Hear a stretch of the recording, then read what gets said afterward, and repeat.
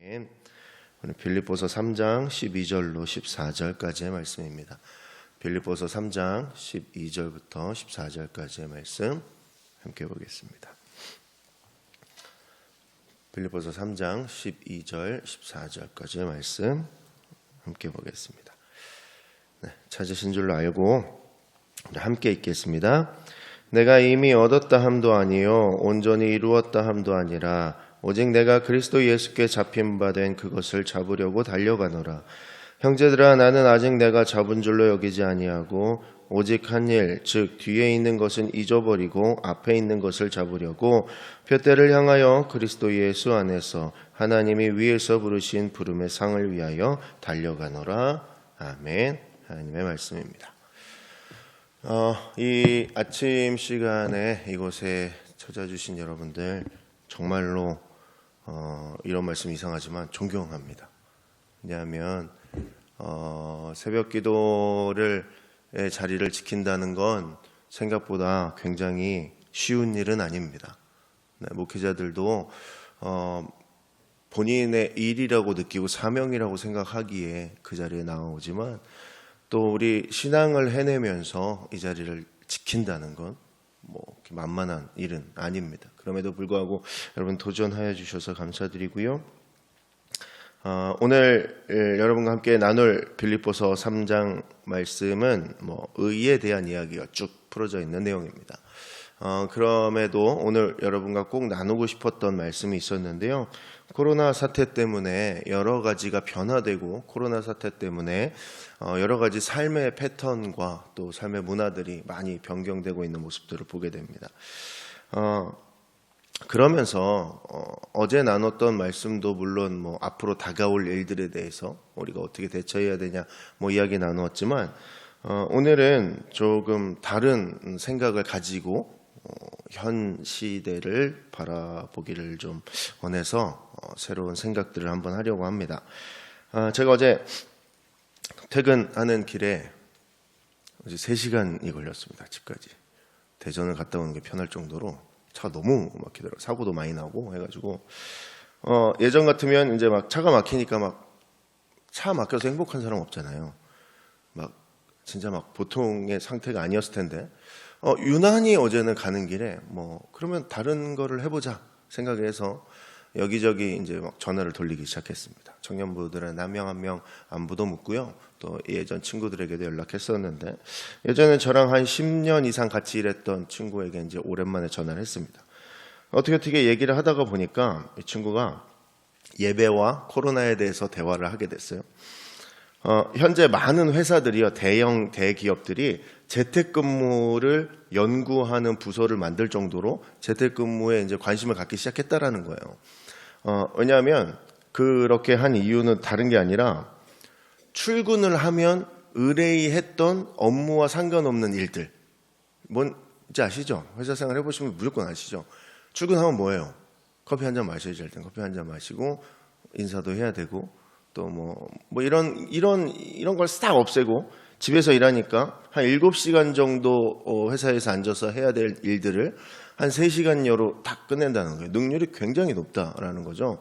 그래서 이제 젊은 층들이 재택근무를 굉장히 선호한다 그래요. 그래서 그 효율이 너무 좋다는 거예요. 그 회사도 너무 싫은데 회사 사장님이 직원이 출근을 해야 좋지 하면 안 좋을 거 아니에요. 그럼에도 연구한다는 거예요. 도대체 집에서 어떻게 얘네들을 일을 시켜야 얘네가 좋아하나, 또 얼마나 업무가 효율이 있을까, 이걸 연구한다는 거죠. 그러면서 이제 예배에 대해서 얘기하기 시작했는데 제가 먼저 이랬습니다. 예배의 효율성은 그렇게 따지면 지금 굉장히 좋지 않니?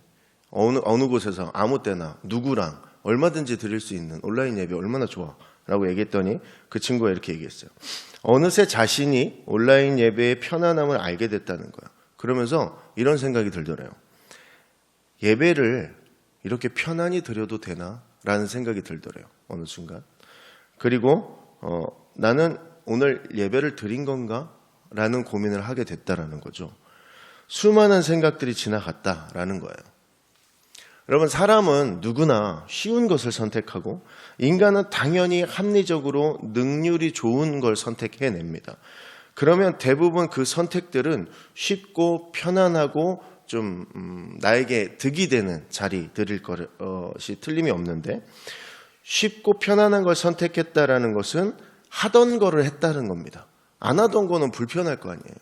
그러니까 항상 하던 거를 했다는 거고요. 하던 대로 사는 삶은요, 우리의 신앙을 절대로 성장시킬 수 없습니다. 여러분, 무엇보다 하던 것만 하고 만나는 사람만 만나고 보던 것만 보고 편안한 것만 찾으면 이렇게 사는 건 굉장히 행복해 보이죠. 그러면 다툴 일도 없고요. 문제가 잘 생기지도 않고 여유롭습니다. 근데 이건 다르게 생각해 보면 편안함에 안주되어 있다라는 것이죠. 이것은 생각을 바꾸면 오히려 고립되고 있는 것과 차이가 없는 모습입니다. 격리되는 것과는 좀 다른 건데요. 본인이 주변의 안전을 위해서 격리하는 것과 내가 스스로가 점점 나의 삶의 어떤 테두리 안에 고립되는 것과는 큰 차이가 있다라는 거죠. 안전을 위해서 그동안 집에 있었습니다. 어디 가지 않고 안전한 자리를 지켜주는 거죠. 내 주변을 위해서. 그런데 어느새 나라는 사람이 세상과 소통하는 것이 온라인을 빼고는 점점 사라지기 시작합니다. 여러분, 오프라인으로 요즘에는 누구네 약속을 하고 가야 되잖아요. 우리 어릴 때는 그냥 나가면 있었는데 사람이, 그죠? 아이들 놀 때도 그냥 공터에 나가면 아이들이 항상 있었잖아요. 근데 지금 그런 시대가 아니라는 거죠. 누구네 집에 가든 내 옆집을 가더라도 미리 연락하고 확인하고 그러고 움직여야 되는 상황이 됐다라는 거예요. 세상이 싫어서 속세를 벗어나는 것은 하나님이 원하시는 삶이 아닙니다. 하나님은 인간이 그렇게 살아나기를 원하지 않으십니다. 이것은 고립된 삶이지 안전하거나 여유롭고 행복한 삶이 아닙니다. 오늘 말씀은 하나님의 사람들의 삶은 뒤에 있는 것을 기다리는 것이 아니라 앞을 바라보고 계속해서 전진해 나가는 것, 이것이 크리스찬의 삶이다라고 알려주고 있는 것입니다. 즉, 내가 앞을 보며 나아가는 것, 내가 천국의 소망을 가지고 계속해서 새로운 것들에 도전하며 살아나가는 것, 내 앞에 나타난 어떤 내가 경험해보지 못한 그런 일들이 쫙 놓여 있고 내가 할 만한 일들이 보일 때 우리는 경험해보지 못한 일들을 손을 대는 것, 이게 성도 또한 크리스찬들이 해야 될 가장 중요한 의무이고 모습입니다. 하나님은 하던 대로 안주하면서 살도록 말씀하시지 않으십니다.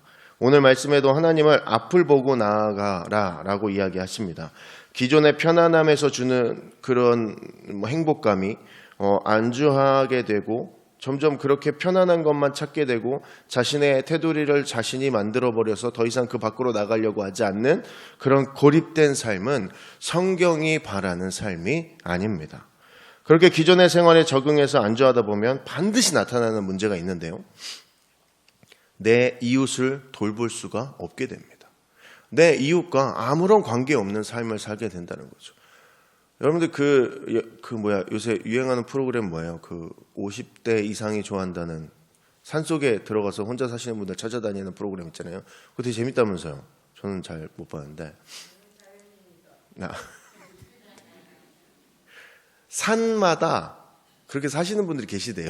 산마다, 우리나라 각 산마다 그렇게 한 명씩 혼자. 근데 이제 그들이 하는 말은 다 똑같죠. 세상에 상처받고 세상이 어려웠고 어려워서 다 싫고 나 여기서 혼자 살아 너무 행복하다 이렇게 나오는데, 여러분, 그런 삶은요 하나님이 원하는 삶이 아닙니다. 그거는요 자신의 행복만을 위해서 살아가는 삶이죠. 아니, 내가 행복하자 그러면 관계 다 끊고 혼자 살면 편안하죠. 얼마나 행복해요. 귀찮죠. 당장 내 가족만 해도 얼마나 귀찮은데. 근데 그런 모든 관계를 끊고 혼자 살아간다는 건 하나님이 원하는 아름다운 삶이 아니고요, 사명을 받은 사람의 삶이 아닙니다. 성도는, 또 크리스찬은 누구나 사명을 가지고 살아갑니다.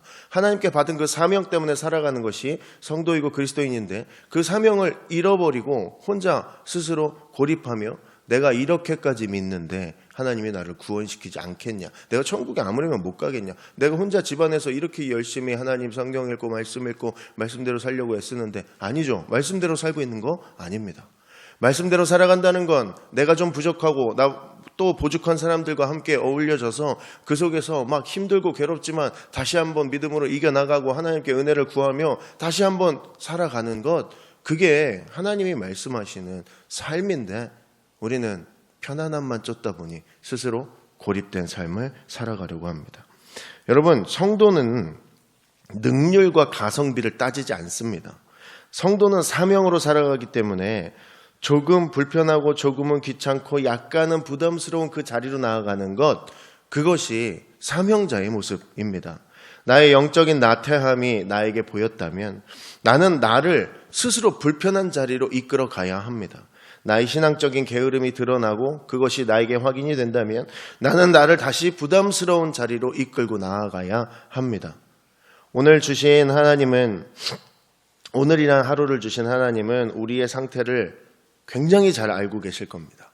나보다 나를 더 많이 아시는 그 하나님이 우리의 상태를 그 마음의 중심까지 세세하게 알고 계실 겁니다.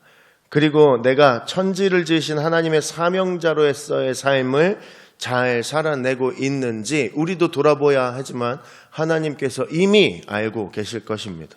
내가 사명을 받은 자로서 하나님을 위해 진심으로 헌신하고 진심으로 봉사하고 있는지, 내가 하나님께서 말씀하신 대로 살려고 애쓰고 있는지, 내가 너무 불편한 그 사람과 그럼에도 불구하고 한마디 더 하고 그에게 손을 내밀려는 용기가 있는지를 우리는 돌아보아야 합니다.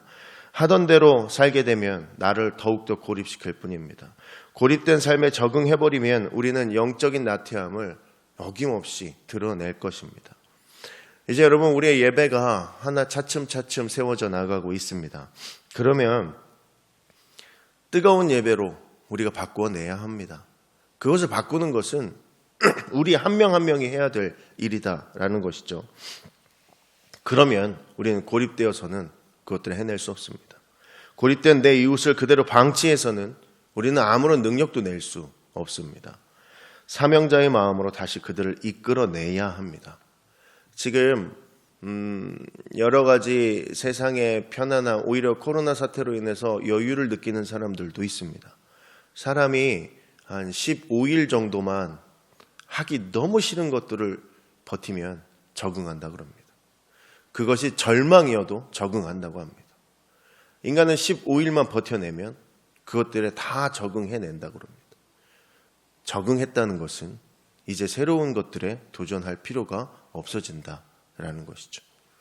여러분, 사명자의 마음으로 사람을 이끌어내야 합니다. 지금 어딘가에서 고립 아닌 고립되어 있는 사람들이 분명히 있을 겁니다. 우리 일상교회 공동체고 지체라고 서로 함께 기도해주고 위해줬던 그 사람들이 어딘가에서는 창살 없이 고립되어 있는 상태일지도 모릅니다.